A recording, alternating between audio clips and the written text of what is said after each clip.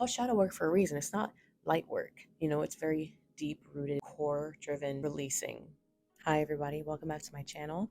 Today I'm joining you looking like evil Kermit for a reason, right? Today we're going to delve into the topic of shadow work, something I'm extremely passionate about. What is shadow work, right? The definition of shadow work to me, addressing and facing the parts of yourself that you reject, the parts of yourself that haunt you, the parts of yourself not necessarily like at times. And so, for example, those could be the parts of yourself that you're always trying to heal, whether that be your inner child wounds, parts of yourself that sometimes can have you like, whoa, why am I like that? I don't like my outbursts. I don't like the intense sadness I feel. Just the parts of yourself, darker sides of yourself, if you will. And how I like to look at my shadow self in shadow work typically intertwines with inner child healing work for me, because I would say the parts of myself that I reject stem from inner child wounds and like childhood trauma. So I find myself addressing those type of wounds. And that's just the way I do it. There's so many different ways to address shadow work and how to deal with it. The different types of ways you can do shadow work is journaling, which is very generic topic, but there's specific prompts that you can do, which I will provide some in the description and in the comments, of just beginner types of shadow work that can help you start to delve into the realm of shadow work. So journaling is one way.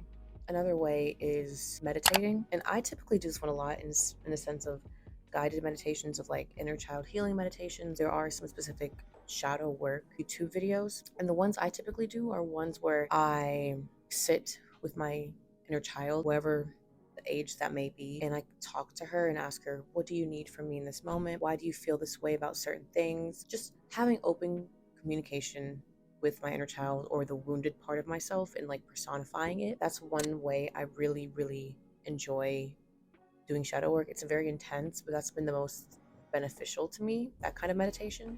Another way to do shadow work, which I haven't tried yet, is like ritualistic type of shadow work. When I started researching and getting into shadow work, people on YouTube talking about like lighting candles and writing letters and burning them and just making it a ritual and like sitting down to really address and face your shadows. So in that sense, like say for an example, for a ritualistic type of way, you light a candle, you can set an intention with it, you can write it on paper and burn it if you want to, and you kind of sit there like in a meditative state, but you're just sitting with your shadow self and kind of just receiving messages from said shadow self and seeing what it has to say and what it wants to release, hence the burning. That's one kind of ritual I've heard about, but there's also so many different types of ritualistic ways to do shadow work.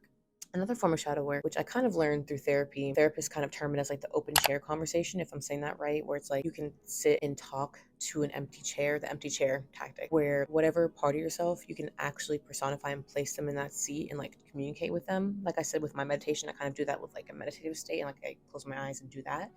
But you can actually be conscious and like looking at the chair and personifying the shadow aspect of yourself and talking to it, working through things, communicating out loud to them and yourself. That's one way to really address your shadows head on and work through issues. Why should you do shadow work? I think it's extremely crucial in the healing process and whatever you're healing through, whether that be heartbreak, childhood trauma, and just overall self growth. It's so important to address the part of ourselves that we're afraid of.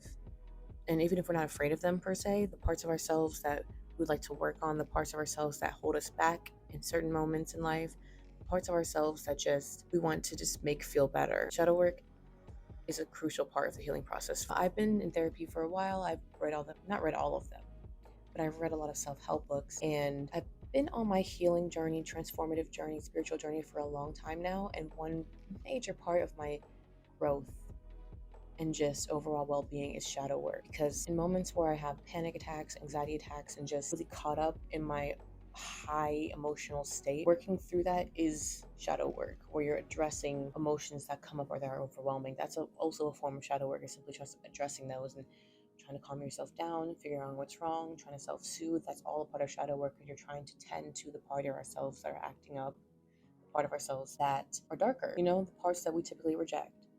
So it's so crucial along whatever journey we're on, just growth, spiritual, all of it. Shadow work is so crucial, I think, to having a transformative, overall wholesome life. To have an overall well-rounded life, the yin and the yang, there's the good, the bad, the positive, negative, Like there's a balance of everything, and there's the light part of ourselves, but also the parts of ourselves that are a little darker, but they should be just as appreciated as the lighter part of ourselves, you know? That's just my quick synopsis of shadow work. This is not a full crash course. I can go very much in depth. I could. But this is a very short overview of what it is, how you can do it, why it's so beneficial. I'm going to provide some journal prompts below if you're really interested, and a bunch of other great content that can help you delve into your, shadow work journey. It's called shadow work for a reason. It's not light work. It's very deep rooted, core driven releasing and getting to know and having compassion for those darker parts of ourselves. So let me know what you think. I hope you enjoyed this. Hope it was helpful. Thank you for being here. Thank you for being here, and I will see you in the next one. Bye.